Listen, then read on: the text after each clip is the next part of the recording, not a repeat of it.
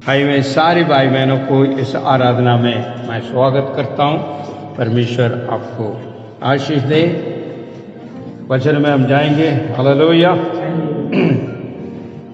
बीते हुए संदेश में हमने जो है मनन किया है परमेश्वर के वार्ता में स्थिर रहने के लिए। आज दोबारा एक और बार उसी आधार पर हम आगे जाना चाहते हैं। किस किस चीज़ों में परमेश्वर चाहता है हम स्थिर रहना। विश्वासी जन के जीवन का अंदर स्थिर रहना बहुत आवश्यक जरूरत है। और किस किस कार्य से हमको स्थिर रहना है उस बातों को हम मनन करते हुए आ रहे हैं। आज भी परमेश्वर हमसे कहता है बीते हुए जो संदेश में वार्ता में स्थिर रहने के लिए परमेश्वर हमसे कहा। आज उसके उपदेश के अंदर स्थिर रहने के लिए परमेश्वर चाहता है। इसलिए इस वचन को लेके हम इस संदेश को सुनेंगे। मेरे लिए कृपया आप पढ़े यूहन्ना सुसमाचार 8:31। तब यीशु उन यहूदियों से कहा जिन्होंने उस पर विश्वास किया था, जिसने उन पर विश्वास किया, कहने लगा यदि तुम मेरे वचन में बने रहोगे तो सचमुच मेरे चेले ठहरोगे। आमीन। परमेश्वर के नाम की महिमा। और क्यों उस वचन को उन्होंने कहा है बना रहने के लिए, स्थिर रहने के लिए क्यों कहा है। मैंने ये संदेश इस प्रकार लिया, उपदेश के अंदर स्थिर रहे। और बीते हुए संदेश में हमने दिया था जो उसको जो है यूहन्ना 15:7 में हमने मनन की थी, वार्ता में स्थिर रहे। वही वार्ता वही उपदेश दोबारा एक और बार आ रहा है। उसमें क्यों हमको स्थिर रहना है, उसमें से हमको क्या क्या पा सकते हैं, स्थिर रहने से, नहीं स्थिर रहने से क्या खो सकते हैं, इस बारे में वहां पर लिखा है। और वहां पर उसका जो है 32 को आप पढ़िए, उसमें और विवरण होगी। यूहन्ना 8:32। और तुम सत्य को जानोगे, सत्य को तू जानेगा, सत्य तुमको स्वतंत्र करेगा। क्या करेगा? जब हम स्थिर रहेंगे, वचनों में स्थिर रहेंगे, वो सत्य जो है हमें आजाद करेगा। हालेलुया, हालेलुया, आमीन। आज विश्वासी जन के जीवन का अंदर परमेश्वर का वचन में स्थिर रहना अवश्य जरूरत है। वचन उपदेश सब एक ही है। जब हम उस प्रकार रहेंगे तो परमेश्वर का बहुत बड़ा कार्य को हम अपने जीवन में देख सकते हैं और प्राप्त कर सकते हैं, और जो है उसके नाम की महिमा के लिए गवाही बन सकते हैं। यहां पर कमी क्या है? अफसोस इस बात का है, जो वचन हम सुन रहे हैं, उपदेश को हम सुन रहे हैं, प्रचार को हम सुन रहे हैं और वार्ता को हम पढ़ रहे हैं, मगर उसमें स्थिर नहीं है। वहां पर क्या कहता है? विश्वासी जन, जो कौन विश्वासी है? यहूदी, उनसे विश्वास करने वालों के लिए। पढ़िए दोबारा 31। 8:31। तब यीशु ने उन यहूदी से कहा जिसने विश्वास किया था। हालेलुया, बस विश्वास किया था। यहां पर थोड़ा सा आपको समझने का प्रयास करें मेरे भाई मेरे बहन। कलीसिया का अंदर बेथेरे जो है वचन दिया जाता है, संदेश सुन रहे हैं हम। इस साल का 3रे महीने में हम प्रवेश कर रहे हैं, 3रा हफ्ता में आ चुका। मगर आपको हमें समझना जरूरी है वचन क्या कहता है, परमेश्वर को उपदेश क्या कहता है, उसका वार्ता क्या कहता है, और उसमें बना रहना है। जब बना रहेगा उसके चेले बनेंगे हम। वो चेले बनने से उसका अंदर से जितनी भी अद्भुत कार्य हैं जो परमेश्वर ने किया है, वो कार्य आप भी करोगे, क्योंकि सामर्थ वचन यीशु का वार्ता आपका अंदर मौजूद है। जब आप उस बातों को समझोगे, उस बातों में चलेंगे, तो आप अनेक कार्य का अंदर सुंदरता प्राप्त करोगे, छुटकारा को प्राप्त करोगे। इसमें कोई संदेह नहीं है। आज कई कहते हैं मेरे से ये कार्य नहीं हो पा रहा है, इस बीमारी दूर नहीं हो रही है, इस नौकरी नहीं प्राप्त हो रही है, विवाह नहीं हो पा रहा है, बच्चे नहीं है, एक कई समस्या है, कई समस्याएं नहीं हो रही है। क्या परमेश्वर आपको जीवन का अंदर नहीं होने के लिए बुलाया? क्या कहते हैं वचन, क्या कहते हैं? यीशु ने क्या कहा और पिता ने क्या कहा? यूहन्ना सुसमाचार में है 3 अध्याय, जो विश्वास करेगा आनंद जीवन पाएगा। 3:16, क्योंकि परमेश्वर ने जगत से ऐसा प्रेम किया कि उसने अपना एकलौता पुत्र दे दिया कि जो कोई इस पर विश्वास करे वे नाश ना हो परंतु अनंत जीवन पाए। आमीन। वचन ये बात को कहता है। नामुमकिन कहाँ है? परमेश्वर ने वचन में कहा है मनुष्य नामुमकिन है, मगर ईश्वर के लिए सबको संभव है। इसका मतलब क्या है? विश्वासी जन के जीवन का अंदर अगर आप वचन का आधार पर अपने स्थिर रहेंगे तो आपके लिए सब कुछ संभव है। कोई भी बात असंभव नहीं है। नहीं होने का कोई मतलब ही नहीं है कि देखिए परमेश्वर सब कुछ करेगा। इसलिए बीते हुए संदेश में मैंने कहा, वो दोबारा एक और बार पढ़ लेते हैं 15:7 को। यूहन्ना 15:7 वचन, जी, यदि तुम मुझ में बने रहो, यदि तुम मुझ में बने रहे और मेरे वचन तुम में बने रहे, तो जो तुम जो चाहोगे और मैं तुम्हारे लिए हो जाए। हेलो, अब देखिए यहां पे क्या कहता है। इन बातों को थोड़ा सा आपको समझना जरूरी है। इसलिए वहां पर जो है यीशु दोबारा इस बात को कह रहा है। इसलिए मैं इस संदेश को दोबारा लेकर आया हूं। 8:31 को दोबारा पढ़िए तेरा। यूहन्ना 8:31 वचन, तब यीशु उन यहूदियों से जिन्होंने उन्हें विश्वास किया कहने लगा, यदि तुम मेरे वचनों में बने रहोगे तो सचमुच मेरा चेले ठहरेंगे। हालेलुया। सच, यहां पर वो भी आपका पिन पॉइंट नोट करना है। ट्रूली, आमीन।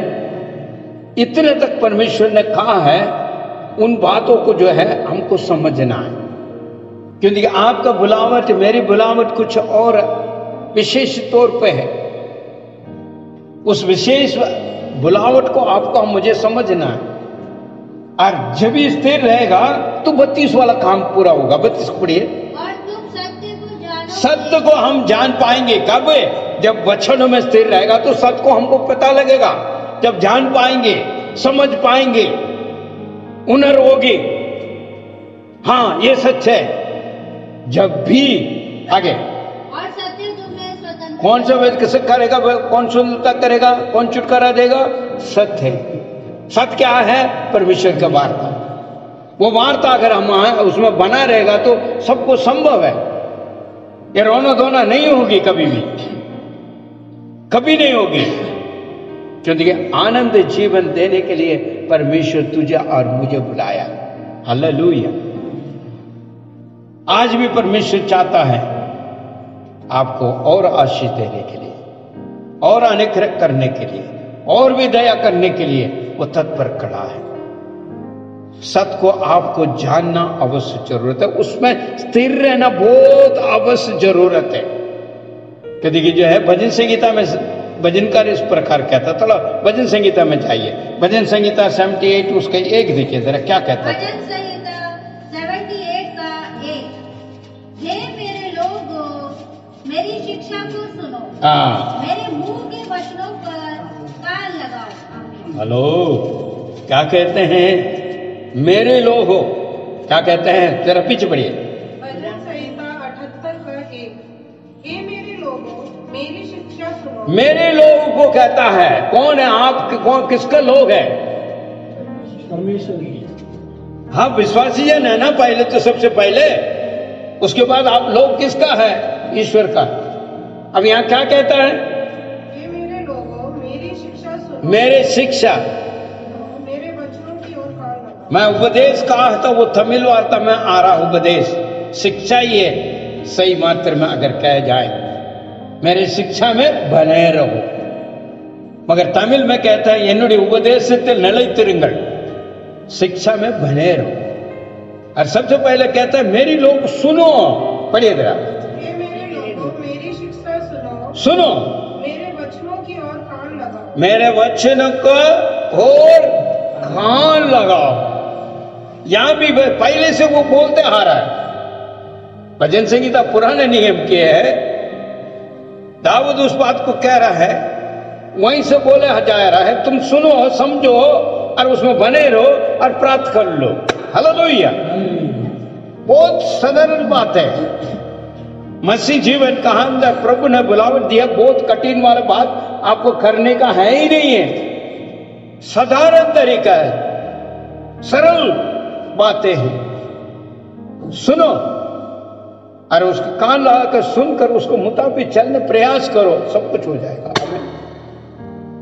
मगर यहां तंगी है क्योंकि नकारा आत्मा अंदर बसी हुई है।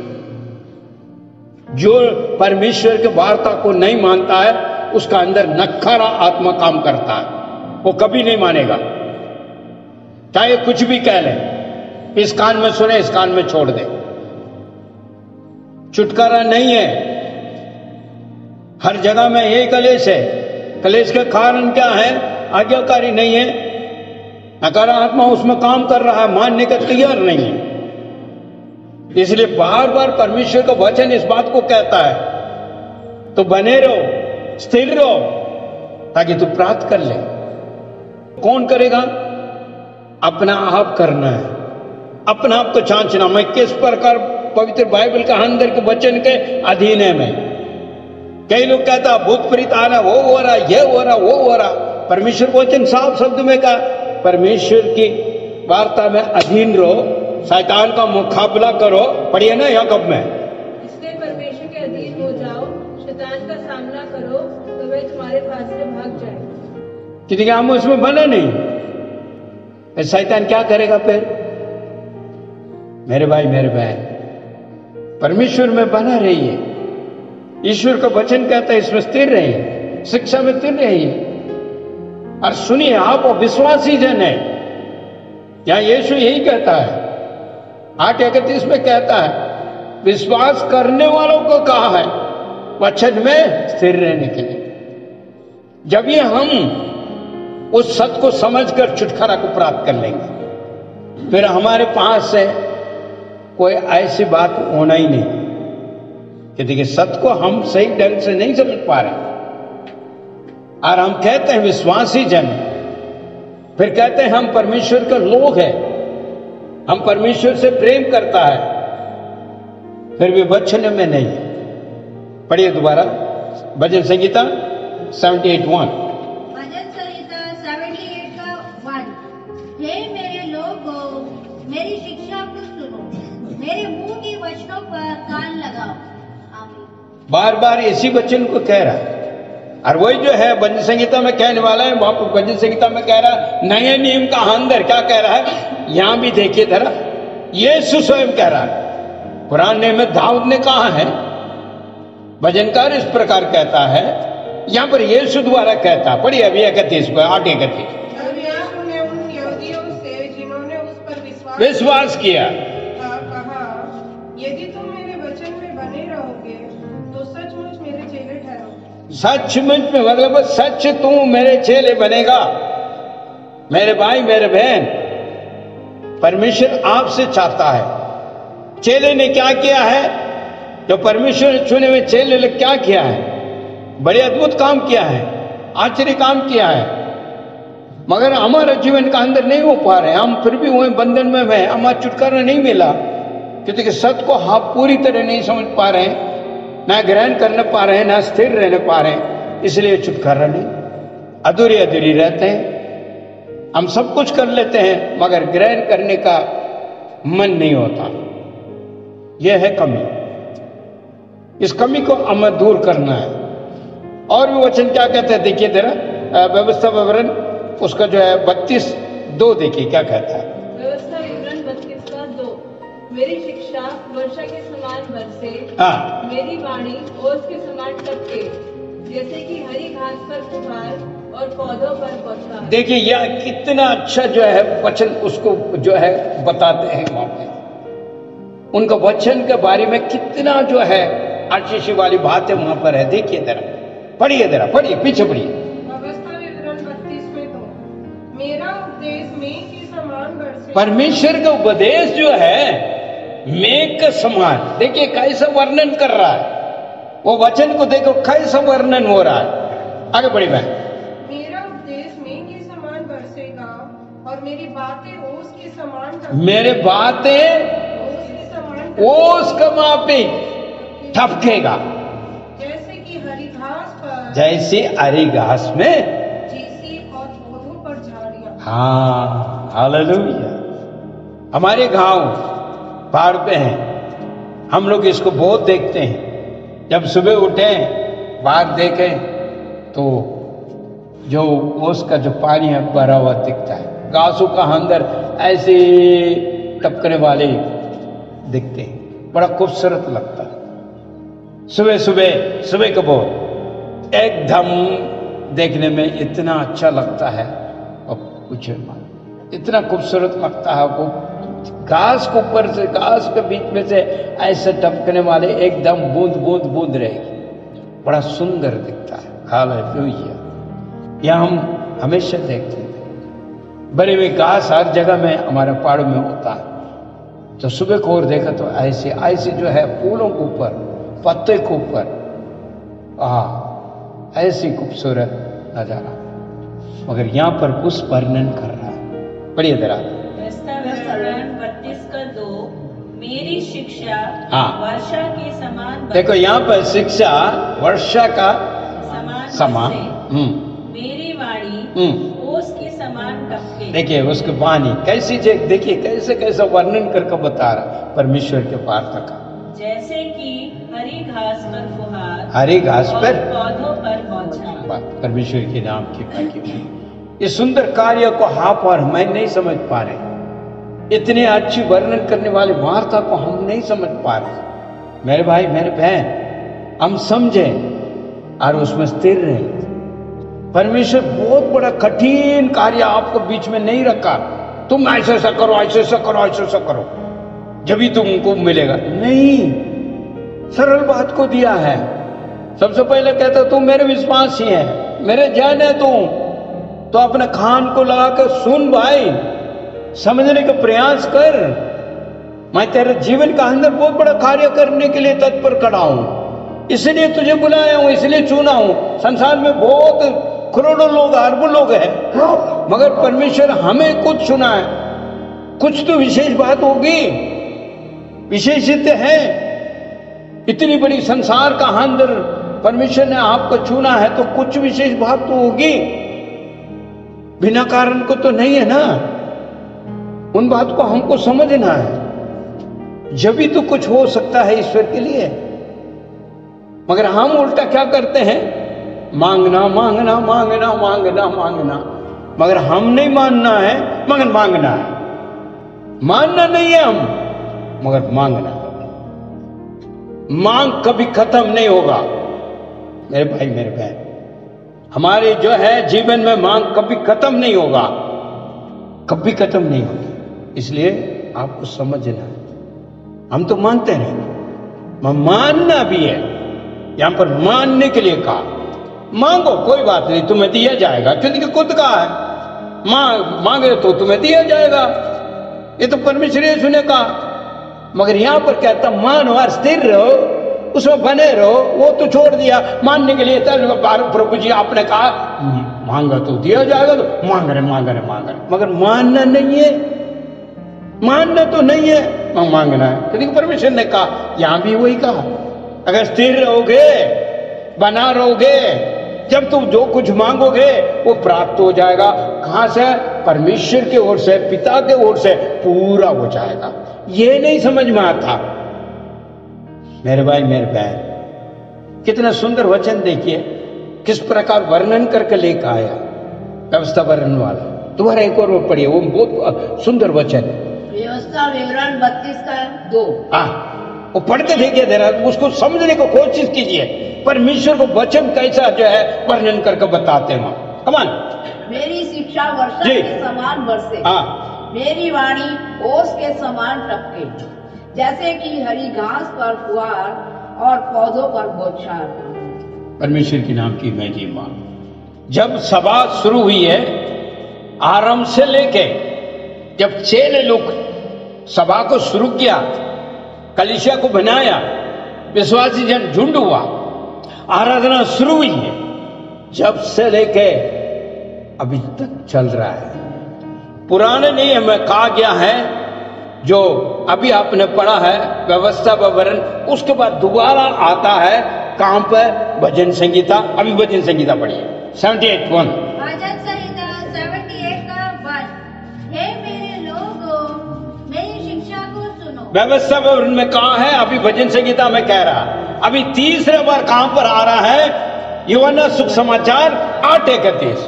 यूहन्ना 8:31। तब यीशु यहूदियों से जिन्होंने उस पर विश्वास किया, उनसे कहा है, उनसे कहने लगा, यदि तुम मेरे वचन में बने रहो तो सचमुच मेरे चेले ठहरोगे। मेरे भाई मेरे बहन, यहां देखिए सीरियल वाइज देख के देख रहा है, शुरू से लेके कहते हां रहा है। क्यों कह रहा है? सत्य को आप समझे, आप आजाद हो है हर चीजों से, फिर आप आगे बढ़े ताकि आपका आनंद जीवन प्राप्त होते हुए जाए। और जो तुझे देखने वाले हैं दूसरा भी देखे, भाई इनके जीवन के अंदर क्या हो रहा है, तो वो भी देखकर, आपके गवाही को देखकर, आपको देखकर वो भी जो है ढूंढते हुए आएगा, भाई क्या रहस्य है। आप सिर्फ इतना आनंदित है, इतना खुश है, इतना अच्छा है, तो आपके गवाही, आपको जो देखने वाले हैं वह आपके पीछे आएंगे, क्योंकि उनको वो सौभाग्य नहीं है आप प्राप्त किया है, क्योंकि आपने सत्य को जाना और सत्य आपको आजाद किया है, आप उसमें चल रहे हैं और इसलिए आप आनंदित है। हालेलुया। यही विषय को चेले लोग ने जब कलीसिया को उत्पन्न किया, कलीसिया को शुरू किया और लोग झुंड हुआ और आराधना करते आया, वहीं से सिखाते आ रहे हैं। आज भी कलीसिया यही सिखाता है विश्वासियों के लिए। सिर्फ आप सिर्फ ये मत बोल कर रहिए मैं विश्वासी हूं, ये मत बोल कर रहिए, आप बनिए, उसमें बना रहिए ताकि आप आनंद जीवन को प्राप्त करते हुए आगे जाओगे। एक और वचन हम पढ़ते हैं, देखिए जो है प्रवृत्ति का काम 2 अध्याय उसका 42। और वे प्रेरितों से लगातार शिक्षा पाने, संगति रखने, रोटी तोड़ने और प्रार्थना करने में लवलीन रहे। आमीन। आदि विश्वासी जन कैसा रहा? जो कलीसिया में आते थे जाते थे, वो कैसा रहा? उनके बारे में आप पढ़ रहे हैं, उसके बारे में आप पढ़ रहे हैं। पीछे पढ़िए। प्रेरितों के काम 2:42। और वे प्रेरितों से शिक्षा पाने। देखिए यहां पर सबसे पहले क्या कहता? शिक्षा पाए। मैंने आज ये संदेश लिया था, शिक्षा में बने रहो, स्थिर रहो, उपदेश में स्थिर रहो, क्योंकि उसका वचन में हमको बना रहना है। ये नियम है, कलीसिया के ये नियम है। चेले लोग यही किया, जो परमेश्वर से सीखा वही किया, और उसी में जो है कलीसिया बना रहा। और कैसे बना रहा ये भी देखिए जरा, पढ़िए भाई। शिक्षा पाए और संगति रखना और रोटी तोड़ना और प्रार्थना करने में लीन रहे। हालेलुया। आज हम कैसे रह रहे हैं, थोड़ा सा आप जांचिए। बहुत बड़ा संदेश की जरूरत नहीं है, बहुत बड़ी बड़ी बातों को जरूरत नहीं है, साधारण सरल बातें परमेश्वर आपसे चाहता है। हमसे परमेश्वर क्या चाहता है? तेरे सोना लाओ, तेरे मकान का, तेरे दुकान का, तेरे पैसे का, तो वो सब वो नहीं मांग रहा, वो देने वाला परमेश्वर है, उसी से हम प्राप्त कर रहे हैं। हेलो, कई लोग ये भी भूल जाते हैं मैं आज जीवित हूं तो कैसा है, वो भी भूल जाते हैं। ये ईश्वर के आने करे गए कृपा है।